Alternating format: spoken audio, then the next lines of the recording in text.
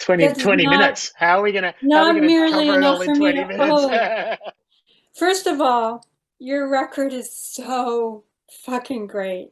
Oh, thank you so much. I mean, it's so stuck in my head. There's this Robert Penn Warren quote that goes, "This is the process whereby pain in its pastness may be converted to the future tense of joy." And that to Whoa. me, yeah, right? The future tense of joy, that to me is the record. Ah, thank you. Well, I think that like the that whole concept of transmuting your experiences, um, for me, a big part of being this far into a long career that like by the time you get to this point, it's such a like you look back and it's sort of like this just minefield like of wreckage where you've basically like there's successes, there's failures, there's embarrassments, you look back and I started realizing that the artists I admired, they carried it all honestly, like with a fair appraisal of themselves, but also like they didn't shy away from their mistakes or their regrets, but there was like a pride in the value of their experience, whether it's like Tom Waits or Lucinda Williams or Bonnie Raitt. Like as artists get older, they're when they carry their war wounds with dignity, it's like that's what transmutes it. And it becomes this beautiful thing you're looking at, like the value of a life, even if it had mistakes or suffering or, whatever. So, yeah. The podcast to me is it's like it's such a nice interactive addition to the record. I'm fun because first of all, that title is so poignant because there's this one part, the time. Oh my God! If you can sing that, that's so stuck in my The head. time, The time time has has a a way of way of shaking it shaking. out. The time has a way of shaking it out.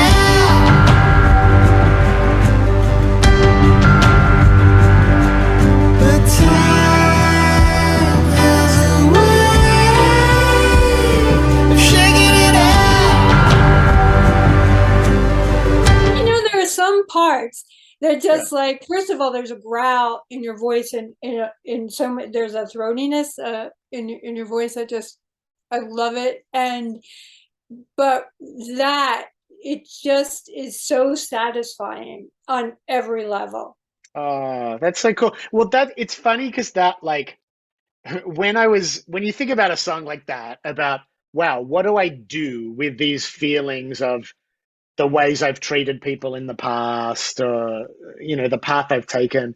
And ultimately, there's really not that much to say about it except that things change with time. Like Right. I'm not sure if the healing needs to even go that deep of, oh, well, I did this because I was wounded in this way as a child, or whatever. It's like ultimately time has a way of shaking it out. Like that's what growing up is, really, isn't it? Yeah, I think the way this new chapter where we've gotten to know each other, where your new chapter you're in, it just seems really beautiful that you're living in a way that doesn't discount all of those experiences. It feels very integrative. It's like you're in Right. an integrative period, which I'm in too, in my way. So that's probably why you connect with that song and that record. Oh, and I love Cowards. out. I never asked permission to just start living, 'cause that's what cowards do. My theme. And one thing from listening to your podcast with you and Ione, there's this my mentor, David Milch, who a lot of things I say come from, who created Deadwood. And he talks about resting transparently on the grace that gave us rise. And that's definitely in your record and on your podcast. There, I mean, talk about fucking being organic and the way you play and interact. She's so mellow I know. and you're interested and you'll unravel things. And I don't know, man, if it was me, sometimes I'd be like, are you fucking with me?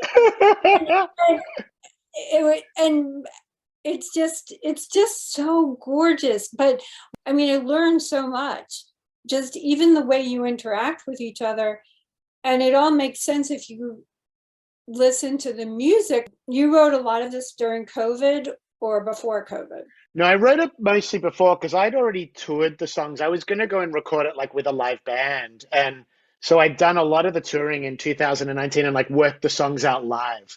So they Like were a really comedian, like a kind of, comedian. because like I've done so much with, yeah, I like, and it's just old rock and roll thing too. Just get out there, play the songs, see how they connect, and also try and figure out if you're delusional or not. Like if they really are good, because they feel good on your own, Yeah. but then you go, are people actually going to like anyway? So yeah, I wrote them before and recorded them in COVID. It's for a minute I got like everybody. I just sort of got knocked back and was like, okay, all plans on hold. And then I was like, I'm going to get bored of these songs if I don't make the record soon. If I wait for all this COVID to end, I'm going to be over it. So I was like, let's just pivot, change the plans, start sending stuff off to people all around, and let's make the record like that. And that's sort of what happened.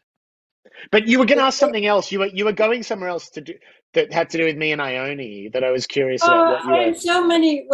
Well, there's so many little connection kind of things. But first of all, I love the idea. I mean, I did that, the stunt double. Actually, you can tell Ione. I mean, I did send someone out on the Yeah, that's right. That's right. the press junket. Yeah, I think Ione would actually be too much of a control freak, but we'll see. But they always ask the same questions, and so Yes, that's true. That's how true. is it for you doing it? Like, Doing press, I've always viewed it as part of the art form. mhm, Like whatever it is, whether I'm a pop musician or a troubadour or what, there's some kind of singer-songwriter. There's sort of a role that working with the press is part of it. It's communication. So I sort of view it as there's one experience that I get. Well, look at it this way. Like I think you have a similar thing that when you like art, one of the great privileges is to get to pick the brain of the person that made the art because you get another level of insight beyond what you get as just a fan of something. So right. I view it as like I love that. Like if I love a director and then I get to meet them, ask them questions, it's like it's great. So I just view it as sort of like another level of depth of communication that you can only have one on one, really. Like music is amazing because you can communicate it to a lot of people at once and they can each have a personal experience. But an interview is amazing because you can share your psyche in a conversation in a way that's so personal. And I've just always viewed it as part of the opportunity, I guess. During COVID, watching how accessible you were on Instagram and friendly and just relaxed. It was very soothing to me. Oh, that's cool. Well, it's sort of just like I think all the rules the rules are all gone that we grew up with of what being a musician is, what Hollywood is. Like it's all, no one knows anymore. We're in this new postmodern TikTok era of, whatever's going on, no one knows. And I think that thing you were saying about the organic and that's something Ione's really helped me in, that she's very interested in doing things organically. And she sort of influenced me in thinking that it actually doesn't matter as much what you do, but it's really how you do it. Right, That's right, really the way you make your impact and where your integrity lies.